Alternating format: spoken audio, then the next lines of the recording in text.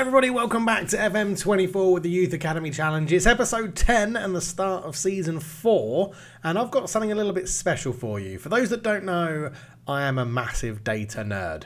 We're diving into the data. Let's get into it. Yes, hello everybody, welcome back to the Save Fellow Managers. We're going to start by looking at the league table, and after 15 games into season 4, we find ourselves 9th on 23 points, so not a bad effort so far. 6 wins, 5 draws, 4 losses, and a plus 5 goal difference. Not too bad at all. If we just pound down on the screen, we'll see that Pete Daly's our top goal scorer with 10.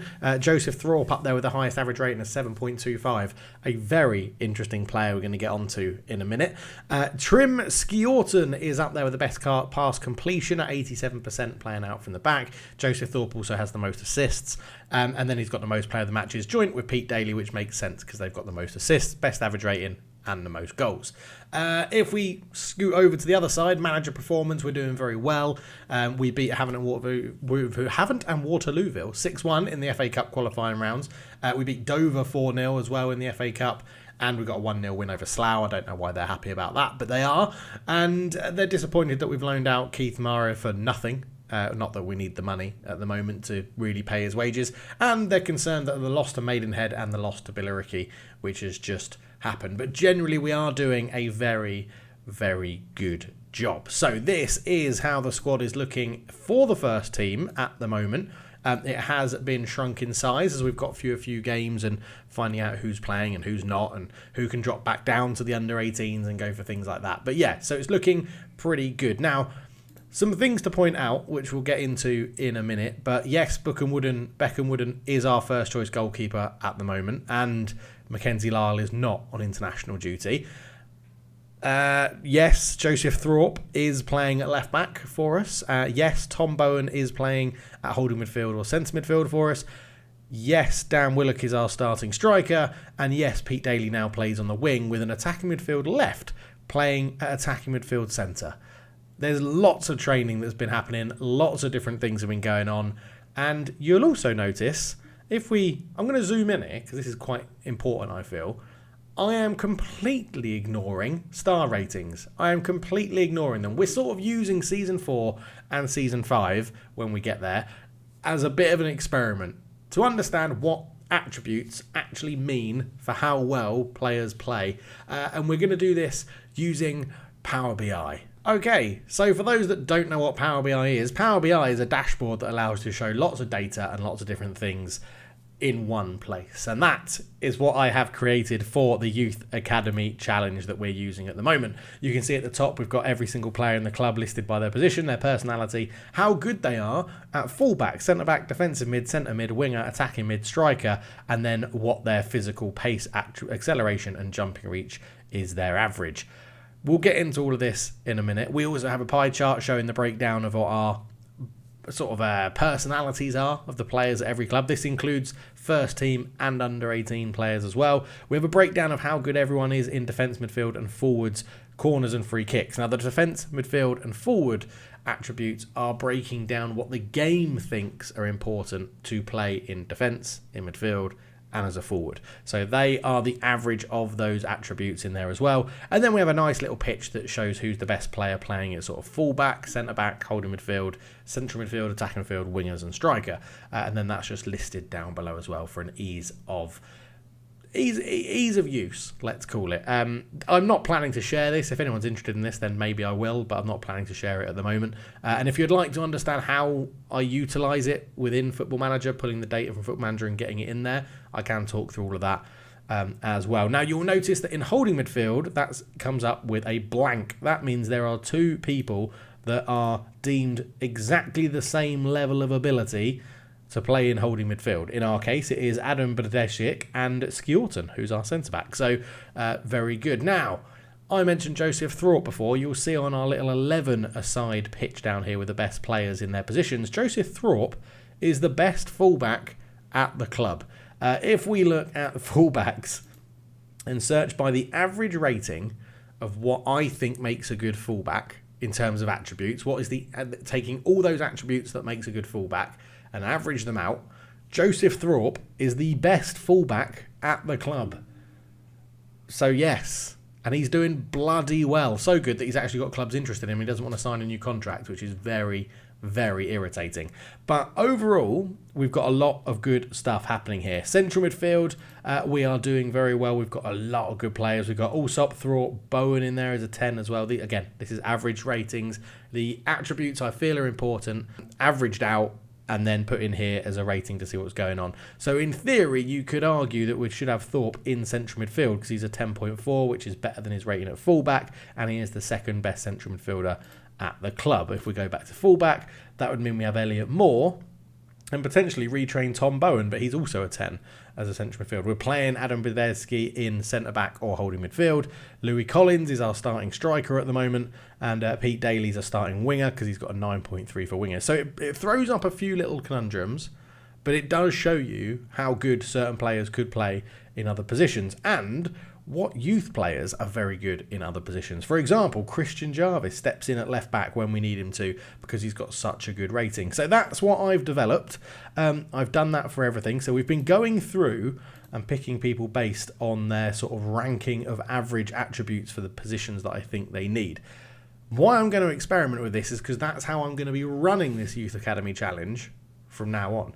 In real life, you probably wouldn't know how good a player could be until they've sort of broken into the first team. There are some examples like Michael Owen, obviously outstanding at youth football, James Milner, people like that. Cristiano Ronaldo was always known. Messi was known he was going to be very, very good on the football. But yeah, I feel like this is a fun way to do it. The chances are we're not going to finish this series before FM25 comes out in March. So I think let's have a bit of fun with it. Let's see where we can go, bring in these players through the Youth Academy and utilising average attribute bias and see where we end up. That's what I'm interested in anyway. I like the idea. Let me know your thoughts down below.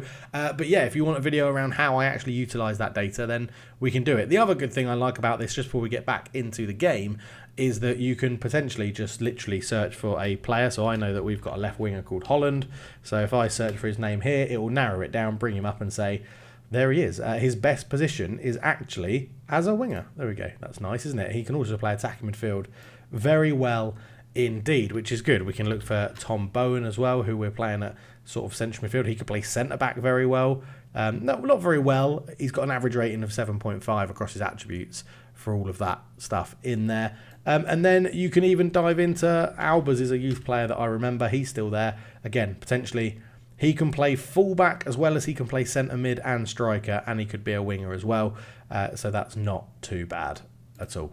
Let's get back to the game. So apologies for being a data nerd. Back to the game we go. And the reason I wanted to focus on Josh Thorpe is because he has been the biggest improvement given the change that we've done this season. As you can see, he has played 3 games in holding midfield, 15 games at left back, where he's averaged a 7.32. His attributes really have suited him to playing a left back. That is where we've been training him to play, and his attributes have been going up in certain distinctions in that as well. But generally, it's worked really, really well by averaging out all these attributes here, averaging all these out, and then calculating what position he should be best to play in. And it said left back, and we've put him there, and he has been absolutely brilliant. His physical attributes are very good, which at this level will help him out as well. But just looking at his stats from last year, where he played every single game in central midfield or holding midfield, he got a 6.91. This year, a 7.14 with 15 games in at left back. So, yeah. I love it. I love the fact we're trying to do different things with the game at this point in the game cycle. It needs to keep it fresh. We're experimenting and seeing what's going on. What it has led to is a lot of strange training. So we are training players. In fact, Thorpe's a good one to use this for, right? We are training players in where we want them to play. So we're training him at left back. Where his average attributes are already being better, that is where we're training him to play. And that doesn't just go for him either. Louis Collins has now been sort of shunted out to the wing because that is where his attributes are best used for him to be. So he's training as an inside forward on the left. We're still trying to do the old quickness cheat thing. But yeah, again, he's looking like he should be very good out there and can help us out as well, which is good to see. We trained Adam Brzezicki from a centre-back. Oh, and we've got the face pack in as well. We trained Adam Brzezicki from a centre-back to a holding midfield. He has been playing in holding midfield, and he's done a pretty decent job. 6.58 doesn't sound very good, but he's been playing a lot of times there and has been having some fun in holding midfield. So let me know your thoughts. What do you think about all of this? It's an interesting method of doing it, and I think it could be quite fun, to be honest. That is what I do think. I do think it's going to be fun. It throws up some very interesting little stories. Like Dan Willock is apparently, when averaged out, the best striker we have at the club. I wouldn't say that's quite panning out. 3 goals in 14, 1 assist and 1 player of the match and a 6.61. But at least I know it gives me that option to say, hey, he can do a job up front. It's not going to be absolutely dreadful. It spits out the fact that Andre Coker is no longer one of the best wingers at the club, so his game time has gone down. Hasn't appeared in the league at all this year. Both appearances have come in the cup, where he did score 2 goals in 1 game. But yeah, it's just throwing up a different way of playing the game, and I think I need that to keep myself going with this, a different way of doing it. And I think it's fun to try something different and try and do it through using different parts of data and the attributes to make the game a different way to play. So it has been really good fun. That is why there's a lot of different names in here you wouldn't like to expect. The star ratings are sort of all over the place. To see that Tom Bowen is a starting player for us when he's got 1-star CA, 2.5-star potential. But he's playing, and he's not doing dreadfully. 6.63 in the league, a 6.7 for the whole season, to be honest, is pretty damn good for a team that's as crap as we are, to be honest. Tim Skjorten is playing very, very well. 7.06, 8 goals from 19 appearances. As predicted, his jumping reach, determination, and his height have benefited largely from corners. So, he's doing very, very well. In fact, him and Brandon Gilbert have formed quite the centre-back partnership at the back. Beckham Wooden is our starting goalkeeper at the moment. His low determination is a little bit annoying. His stats aren't the best. He has only conceded 3 in 3 games with 2 clean sheets, so he basically just conceded 3 against Billericay. He got a 7.03 as an average rating. I'm starting to phase Mackenzie Lyle out because he said he doesn't want to sign a new contract, and he's probably going to go. So I think we're going to ease Mackenzie Lyle out for the back half of this season, or the last 3 quarters of the season, and go from there. Other than that, not too much else to talk about. Andre Coker is requesting a transfer because of lack of game time. Robert Jones is unhappy for a lack of game time, but he's only 18, and I'm not too sure why he's pissed off about it, but he is. In terms of transfers, we've just released a couple of people. I don't think anyone's really been sold, so to speak. We did loan out Keith Maraha on loan. He's gone out for a game at Chertsey. He's playing there. He scored his first goal the other day. And Mbata, the right midfielder, again, going to be another one that probably gets released at the end of the season just because he doesn't fit in with the new approach that we are doing. And then release players, we have released Danny Downey, didn't want to sign a new contract and wasn't getting much football, so he's gone. And Will Dempsey, the left back from last year, who was pretty good, but when we calculated all the averageness of data, wasn't great, didn't come out very highly in it, and has now been let go from the club. We didn't want to give him a star player contract, so he has gone. He did hold on until the 24th of September, and then decided enough was enough, and he would go. But yes, overall, it's been going very, very well. This is we've got sort of 3 systems we're now flitting between. We've got the 4-2-3-1 that we've been playing. We've got a 4-3-3 holding midfield, which data-driven wise brings out our best, allows us to fit all of our best players in the starting 11, which is okay. And then we've got a more defensive system of the 4-3-3 in there as well. So it's all going very, very well. Looking at the schedule, we're diving in the pre-season friendly where I just tried this 4-3-3 doing with the data. Went very well. We played a lot of teams from higher divisions and actually played very well. Dagenham and Redbridge beat them 3-1. Kings Lynn 1-1. We beat Rangers B, Boston United. We did lose to Zebra and Southend, but started the season well with a 3-1 win over Hayes and Yedding. Chippenham were beaten 2-1. Then we went on a bit of a poor run. A 2-1 loss to St Albans, a 2-1 loss to Bath, a 1-1 draw with Hampton and Richmond. We flirted between the 4-2-3-1 and the 4-3-3 and picked up 3 more draws in a row. Chelmsford Chelmsford 1-1, Boreham Wood 0-0, and a 2-2 draw against Dartford as well. I can't remember which game it was, but one of them. Yes, it was this one. 1-1. Charlie Ash got sent off on the 44th minute.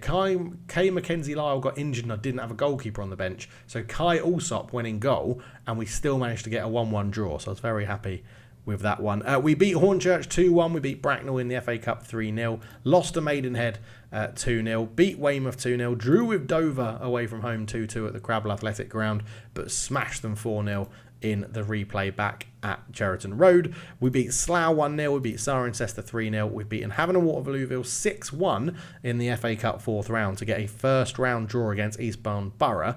We then drew 2-2 with them in the league away from home and just lost to Billericay 4-3. Kai Mackenzie-Lyle started in goal, was at fault for their first goal, so got subbed off straight away after that, and that is where Beckham Wooden conceded his 3 goals, because Kai Mackenzie-Lyle conceded 1, and then Beckham Wooden came on and conceded 3. So overall, we've actually been playing pretty damn well. But we're going to go into the game today against Cheltenham, and we're going to be starting in the 4-3-3. I think that is how we're going to be starting in this one. So knowing, I'm going to use the Power BI to see what we can do. So I'm going to pick the team.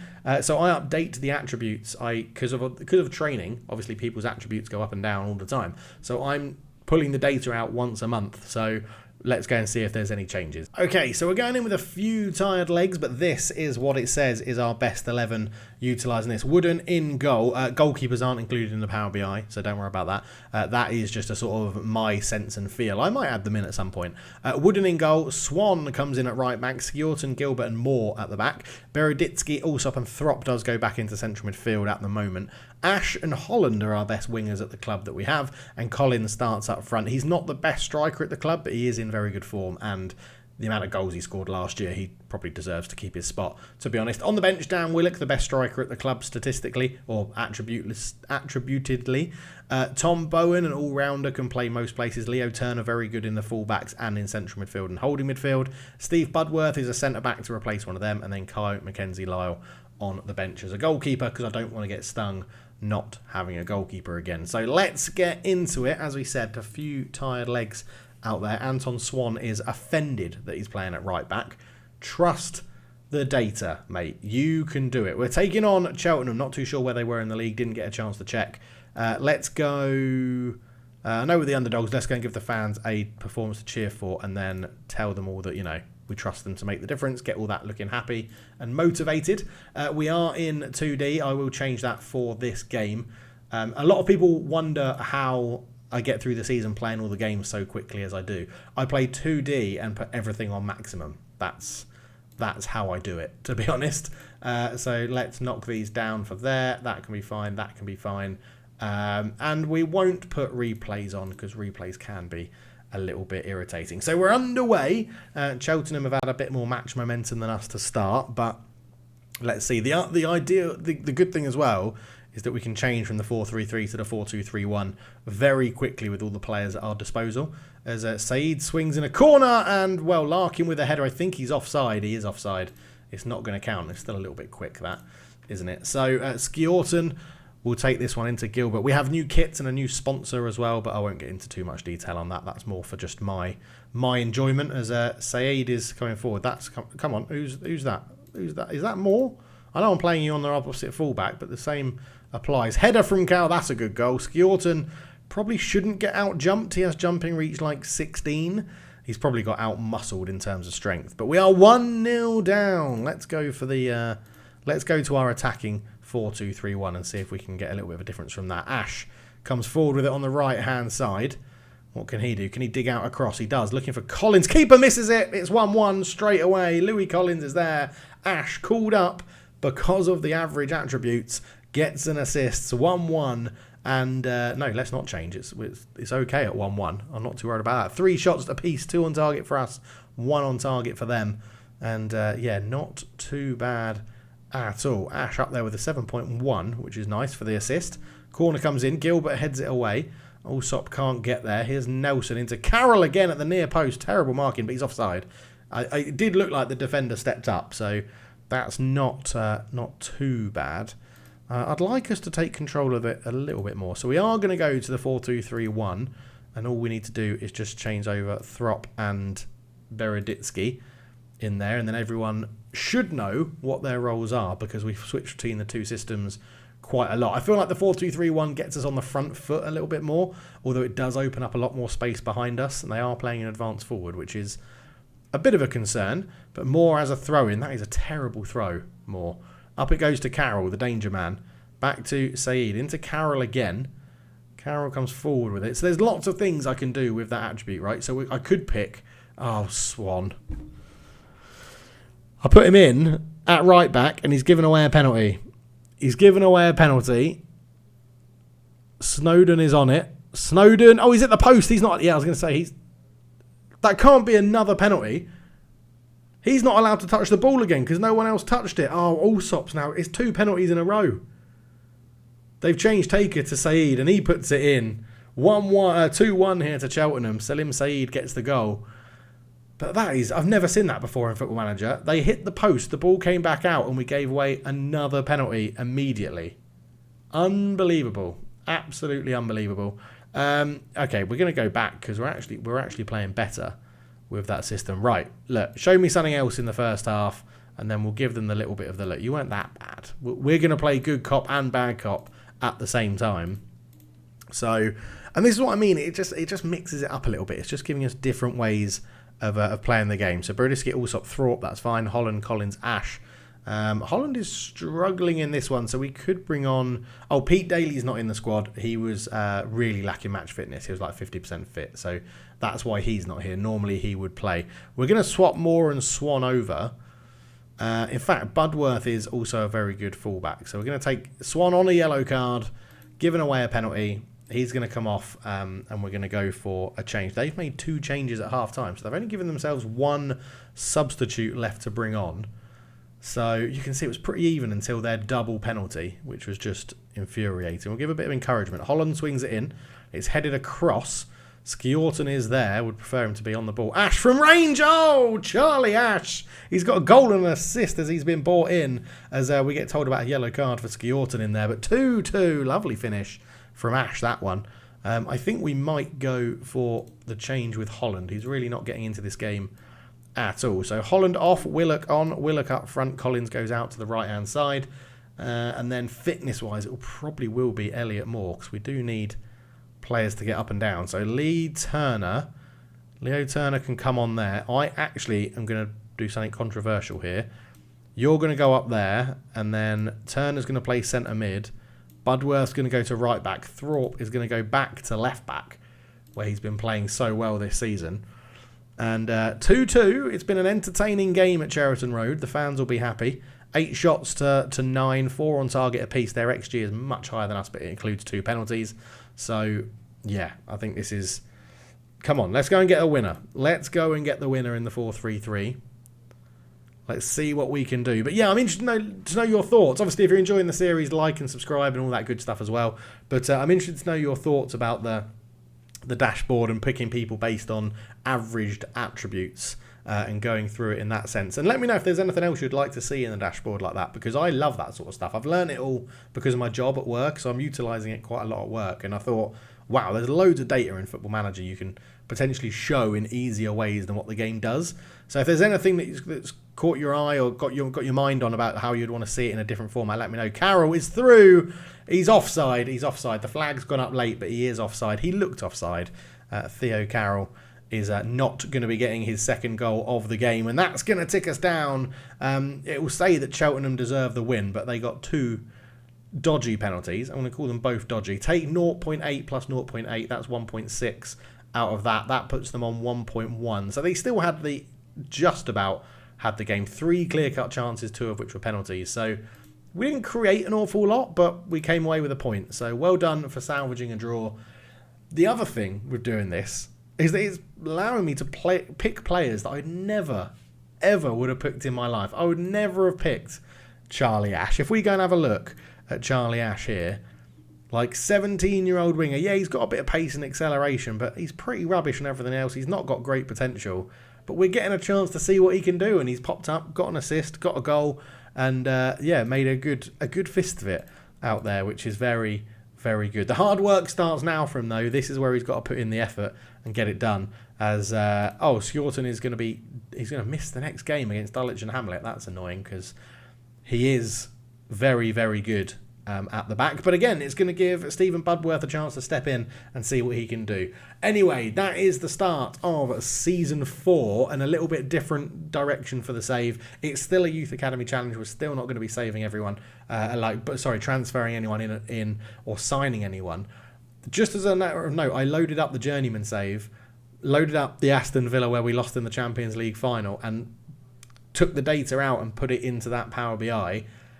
And it was very interesting to see what players it produced to say would have been the best in certain positions. Most of them I had correct. There was a couple of other people in there, though, that I was like, oh, shouldn't have signed him. He's probably not the best thing to do. So just a different way of playing it. It's nothing too serious. It's a bit of fun to take us through to the end of FM24. But I'm absolutely loving it. It's something else we can look on. It actually allows us to see very clearly as well who is improving and who isn't. And I've added in the progress bar on the homepage as well for the squad. Anyway, thank you so much for watching. I'll catch you in the next one. Cheers.